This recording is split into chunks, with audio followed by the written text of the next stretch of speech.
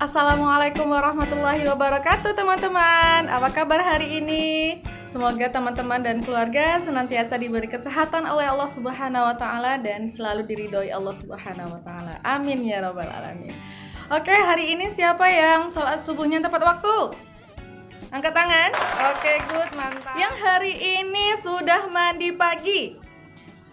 Katakan saya. Oke, good. Nah, hari ini teman-teman, kita akan belajar sesuatu yang seru banget. Tetapi sebelum itu Buska mau nanya nih, yang sudah dengar voice note dari Bu Rina siapa? Udah dengar? Oke. Nah, voice note Bu Rina itu tentang apa ya? Iya, betul banget, tentang kita berwudu, tentang kita menjaga wudu. Ada nggak sih kisah yang Bu Rina ceritakan di dalam? Iya, ada. Ya, tentang sahabat Rasulullah yang senantiasa menjaga wudunya. Ya, Masya Allah, sahabat Rasulullah itu menjaga wudunya. Ketika dia batal wudunya, dia berwudu lagi. Dan Masya Allahnya lagi, hebatnya lagi, beliau ketika berwudu, setelah itu beliau akan melakukan sholat sunnah wudu. Masya Allah. Nah, teman-teman, Allah itu seneng banget dan sayang banget sama hambanya yang istiqomah dalam melakukan kebaikan, ya. Meskipun kebaikan itu yang sederhana, tapi dia istiqomah, niatkan karena Allah. Dan lihat, berkat rahmat Allah dan kasih sayang Allah, Bilal bin Rabah yang masih di dunia aja, suara sendalnya itu udah terdengar di surga. Masya Allah, luar biasa ya teman-teman ya.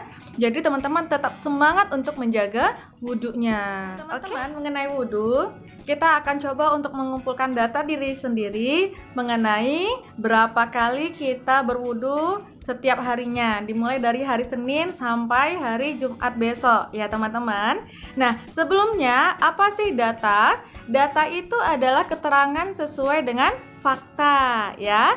Nah, ada beberapa cara loh teman-teman untuk kita bisa mengumpulkan. Berikut penjelasan mengenai pengumpulan data dan penyajian data yang Bu Siska ambil di sini.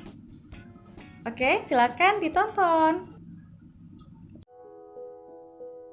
Data adalah informasi yang diperoleh dari suatu pengamatan atau penelitian yang dikumpulkan dalam bentuk angka atau lambang. Sekarang akan kita bahas cara memperoleh data, membaca data dalam bentuk tabel dan diagram, serta menafsirkan data. Pernahkah kamu melihat seorang wartawan melakukan wawancara? Si wartawan melakukan kegiatan tersebut karena memerlukan data dari narasumbernya. Data adalah informasi yang diperoleh dari suatu pengamatan atau penelitian yang dikumpulkan dalam bentuk angka atau lambang. Jadi, data adalah keterangan yang benar dan nyata yang dapat dijadikan dasar kajian. Mengumpulkan data dapat dilakukan dengan pencatatan langsung atau menggunakan lembar isian. Pernahkah berat badan siswa di kelasmu ditimbang? Untuk mengetahuinya, kita harus mendata setiap siswa satu persatu secara langsung. Proses seperti inilah yang disebut mengumpulkan data dengan pencatatan langsung. Setelah setiap siswa ditimbang, kemudian langsung dicatat hasilnya. Seorang guru kesenian dan keterampilan ingin mengetahui jenis musik apa yang digemari siswa kelas 6.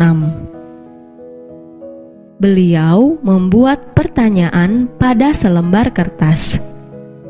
Pertanyaan tersebut digandakan, kemudian dibagikan kepada siswa. Siswa diminta mengisi lembar pertanyaan dan mengumpulkannya. Ini merupakan cara pengumpulan data dengan menggunakan lembar isian. Kamu telah mempelajari cara mengumpulkan data. Agar data yang telah kamu kumpulkan mudah dibaca dan dipelajari, data tersebut sebaiknya disajikan dalam bentuk diagram. Diagram dapat berbentuk tabel, diagram gambar, diagram batang, diagram garis, dan diagram lingkaran. Tabel adalah salah satu cara penyajian data yang berupa kata-kata dan bilangan yang tersusun secara bersistem dengan garis pembatas sehingga mudah dibaca. Perhatikan tabel berikut. Kolom kiri mewakili banyak warna. Kolom tengah mewakili jenis warna.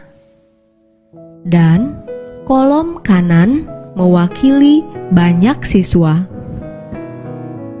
Diagram gambar adalah diagram yang disajikan dalam bentuk gambar sesuai dengan data yang diperoleh.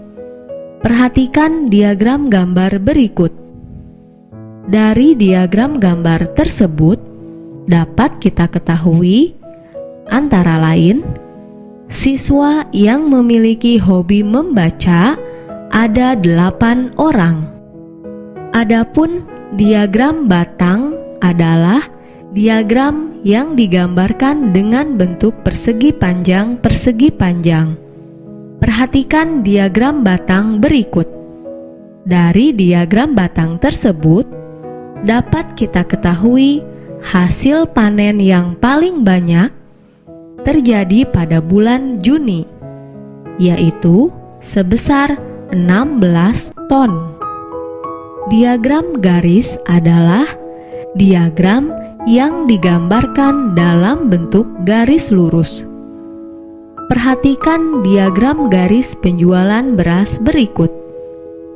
Dari diagram garis tersebut dapat kita ketahui antara lain penjualan beras pada hari kedua sebesar 8 kuintal. Diagram lingkaran adalah diagram yang bentuknya berupa lingkaran. Perhatikan diagram lingkaran dari jenis olahraga pilihan siswa berikut. Dapat kita ketahui bahwa olahraga yang paling banyak dipilih adalah sepak bola, yaitu sebanyak 30%. Kini, kamu sudah pandai membaca diagram. Teman-teman, itu tadi penjelasan mengenai pengumpulan data, membaca diagram, dan penyajian datanya. Sekarang kita ulangin sedikit. Jadi teman-teman, cara untuk mengumpulkan data itu ada beberapa cara. Di antaranya dengan cara wawancara. Nah, kalau wawancara ini teman-teman tentu sudah biasa bukan untuk melakukannya, karena kita dari kelas 1 SD sampai kelas 5 itu udah sering banget melakukan wawancara.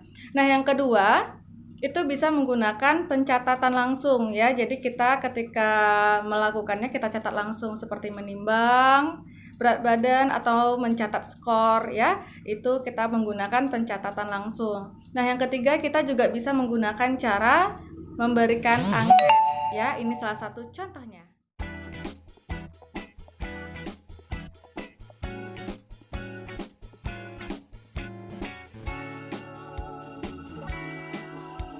Nah, teman-teman, untuk minggu ini kita akan fokus melakukan kegiatan pengumpulan data dan menyajikannya dalam bentuk tabel dan diagram gambar.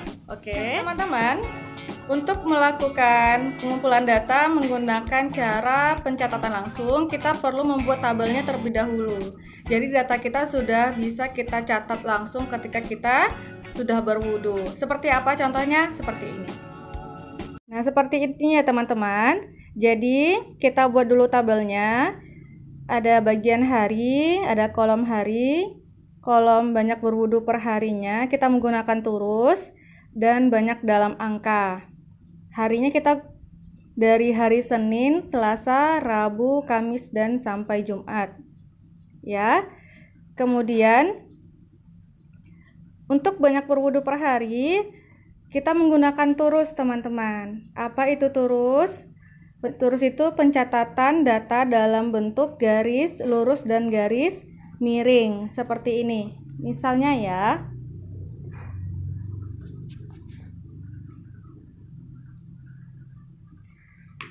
misalnya Bu Siska hari Senin itu sudah berwudu sebanyak 5 kali. Jadi ada 1, 2, 3, 4 dan yang kelimanya garis miring. Nanti misalnya untuk asar kita wudhu lagi, catat lagi. Nanti maghrib wudhu lagi, catat lagi. Dan begitu seterusnya ya teman-teman. Nah setelah itu kita hitung dalam bentuk angka pada kolomnya. Misalnya hari ini itu udah 7 kali, berarti 7. Nah, seperti itu ya. Kemudian nanti teman-teman sajikan dalam bentuk tabel. Kalau dalam bentuk tabel, yang pertama kita nggak perlu lagi pakai turusnya. Ya, kemudian yang kedua, teman-teman sajikan dalam bentuk diagram gambar. Oke? Semangat!